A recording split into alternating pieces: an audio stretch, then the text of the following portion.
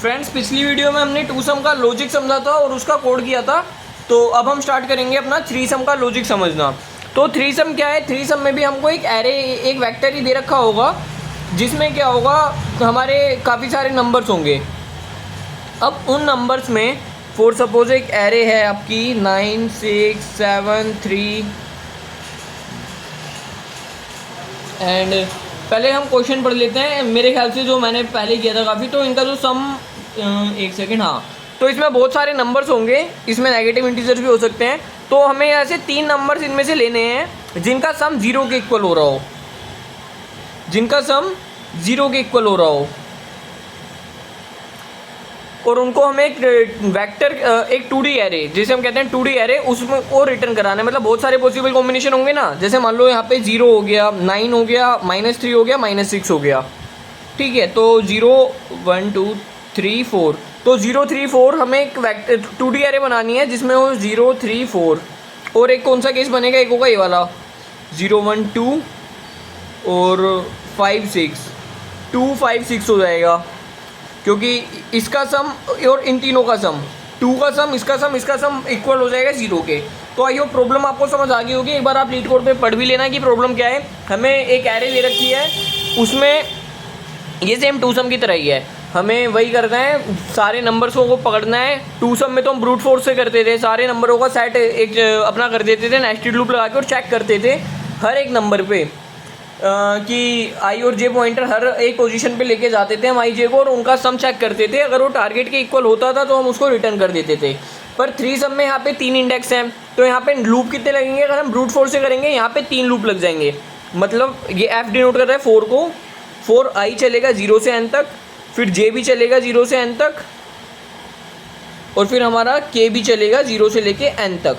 तो यहाँ पे जो हमारी टाइम कॉम्प्लेक्सिटी हो जाएगी वो बिग ऑफ n क्यूब हो जाएगी। और फिर हम चेक करेंगे कि हमारा nums of i plus norms of j plus norms of k क्या इक्वल है 0 के। अगर है तो हम अपनी एरे में या अपने 2D वेक्टर में पुश कर देंगे। यहाँ पे एक और चीज़ है, वहाँ पे क्या होता था, बस एक ही पॉसिबल आंसर होता था, बस 2 इंडेक्स होते थे। पर यहाँ पे मल्टीपल भी हो सकते हैं, जैसे 0 3 4 2 5 6। तो यहाँ पे हम एक 2D एरे बनाएंगे। तो ब्रूट फोर्स में तो ये बिग ऑफ n क्यूब को ले जाए तक इसी टाइम कॉम्प्लेक्सिटी चली जाएगी। तो अब हम इसके ऑप्टिमाइज अप्रोच की बात करेंगे। तो इसकी ऑप्टिमाइज अप्रोच होगी, हम सबसे पहले एरे को सॉर्ट करेंगे। हम सबसे पहले एरे को सॉर्ट करेंगे और उसके बाद हम 2 पॉइंटर्स टेक्निक लगाएंगे। उसमें एरे को सॉर्ट करके हम 2 पॉइंटर्स टेक्निक लगाएंगे। तो चलो एक एग्जांपल लिख देता हूँ, मैं आपको एक एरे लिख के दिखाता हूँ। फॉर सपोज हमारी एरे है ये, एक सेकेंड, हाँ, फॉर सपोज हमारी एरे ये है और हमारा जो टारगेट है वो मैं अभी आपको बताता हूँ। मान लो हमारी एरे है -1 0 1 2 -1 -4, ठीक है। और हमें वो देने हैं, वो इंडेक्स लेने हैं जो कि 0, जिन तीनों इंडेक्स का सब हमारा 0 हो जाए। तो इसको बिग ऑफ n क्यूब में तो हम कर ही देंगे, तो हमने देख ही लिया है। पर इसका जो ऑप्टिमाइज वर्जन है वो इसको बिग ऑफ n स्क्वायर में करने को कहते हैं। लीड कोड पे भी बिग ऑफ n स्क्वायर ही मांगेगा आपसे। अभी हम इसे करके भी देखेंगे। चलिए टाइम ज़्यादा हो गया, मैं शुरू कर देता हूँ लॉजिक बताना। तो लॉजिक है कि हम सबसे पहले हम इस एरे को पूरी को सॉर्ट करेंगे। सॉर्ट करने में कितना हमारे टाइम कॉम्प्लेक्सिटी लग जाएगी? Big of n square. तो जब हम इसे सॉर्ट करेंगे तो -1 -1 0 1 2 4 हमें चाहिए क्या? हमको चाहिए 0। सबसे पहले हम क्या करेंगे, अपने i पॉइंटर को तो यहाँ रखेंगे, j पॉइंटर को i के बाद रखेंगे, j को हम रखेंगे i+1 पे, और k पॉइंटर को हम रखेंगे बिल्कुल लास्ट में n-1 पे।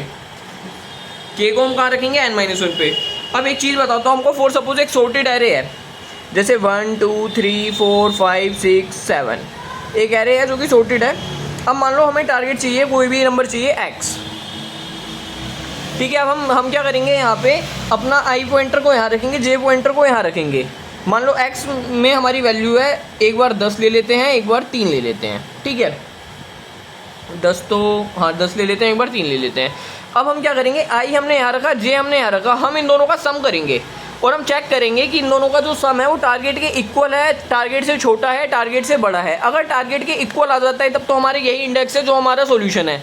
पर अगर ये दोनों इनका जो सम है वो अगर हमारा टारगेट से छोटा हो जाता है तो हमें क्या चाहिए? तो हमें कोई बड़ा नंबर चाहिए।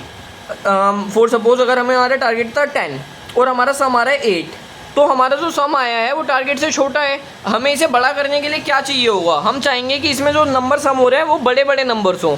तो बड़े नंबर अगर हमें चाहिए तो हम अपने आई पॉइंटर को आगे ले आएंगे, क्योंकि सॉर्टेड है ना असेंडिंग ऑर्डर में, जो बड़े नंबर्स हैं वो इधर की साइड है राइट में, और जो छोटे नंबर है वो इधर की साइड है।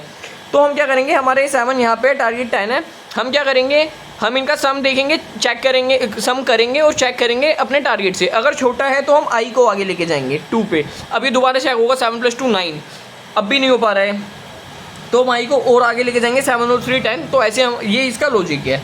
अब मान लेते हैं कोई छोटा नंबर है 3, तो हम क्या करेंगे, आई प्लस जे करेंगे, sorry norms of I plus norms of J करेंगे, आंसर आएगा 8। 8 3 से बड़ा है, तो अब हमें छोटे नंबर चाहिए, तो हम जे को पीछे लाएंगे, जे को पीछे लाएंगे, जे को पीछे लाएंगे, और जे को जब ये यहाँ जाएगा तब हमारा आंसर कर जाएगा काम।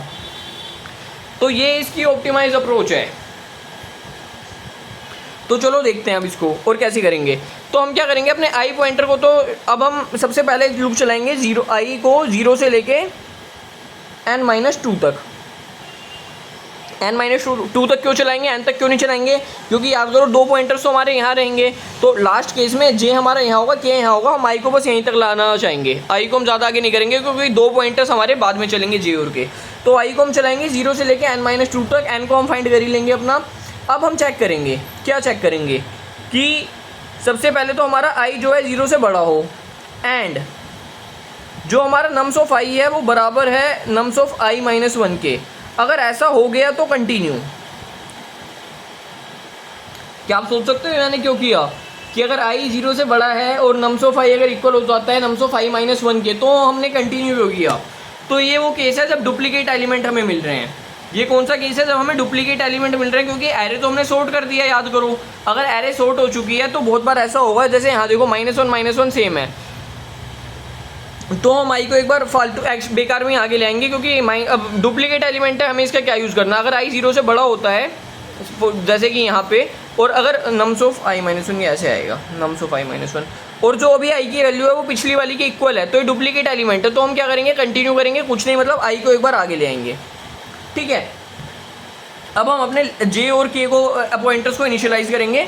तो जे को हम रख देंगे इंट जे इक्वल टू में i+1, और हम अपने राइट ये के लिया था, के को हम कहाँ रख देंगे, n-1 पे रख देंगे। अब हम एक लूप चलाएंगे जब तक जो हमारा l है वो छोटा है राइट से, नहीं पॉइंटर्स क्या थे मेरे, जब तक जो मेरा j है वो हमारा छोटा है किससे, k से, तब तक हम सम को फाइंड करेंगे। हम इंट सम को फाइंड करेंगे, जो कि क्या होगा, नम्स ऑफ i प्लस में नम्स ऑफ j प्लस में नम्स ऑफ k। हम इन तीनों पॉइंटर हम सम को फाइंड करेंगे। अब हम चेक करेंगे कि जो मेरा सम है वो बड़ा है क्या 0 से। अगर मेरा सम 0 से बड़ा हो गया, अगर मेरा जो सम है वो 0 से बड़ा हो गया, इसका मतलब मुझे जो मेरा टारगेट है वो तो 0 है, और मेरा सम 0 से बड़ा हो गया है। तो मैं क्या करूँगा, मैं छोटी वैल्यूज़ को टारगेट करूँगा। तो छोटी वैल्यूज़ को टारगेट करने के लिए जो मेरा बाद वाला पॉइंटर, जो मेरा के पॉइंटर है, मैं उसको पीछे ले आऊँगा। समझ आया। एल्स इफ हो सकता है मेरा सम जो है छोटा हो 0 से, अगर ऐसा है तो मुझे बड़ी वैल्यू चाहिए, तो मैं क्या करूँगा, मैं जे पॉइंटर को आगे लेके जाऊँगा। अब लास्ट केस एल्स मैं यहाँ कर देता हूँ, कोड तो मैं करके दिखाई दूंगा, अभी तो मैं सूडो कोड बता रहा हूँ। एल्स वरना क्या करो, वरना अपने जो मेरा वो है, जो मेरा फाइनल आंसर है वो तो मैंने बनाया नहीं, एक मैं वेक्टर बना दूंगा, आंस 2D वेक्टर बनाऊंगा, मतलब वेक्टर का वेक्टर 2D एरे बनाऊंगा, और उसमें मैं डाल दूंगा आंस डॉट पुश बैक।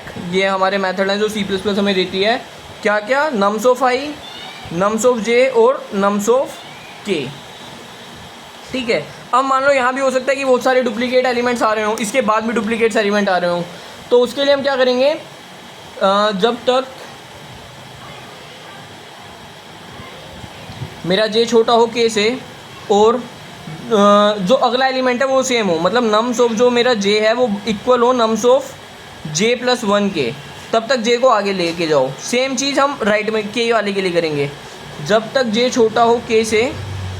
ये चीज़ मैं अभी जब कोड करूँगा तब दोबारा बता दूंगा, यहाँ पे काफ़ी कंजस्टेड हो गया है।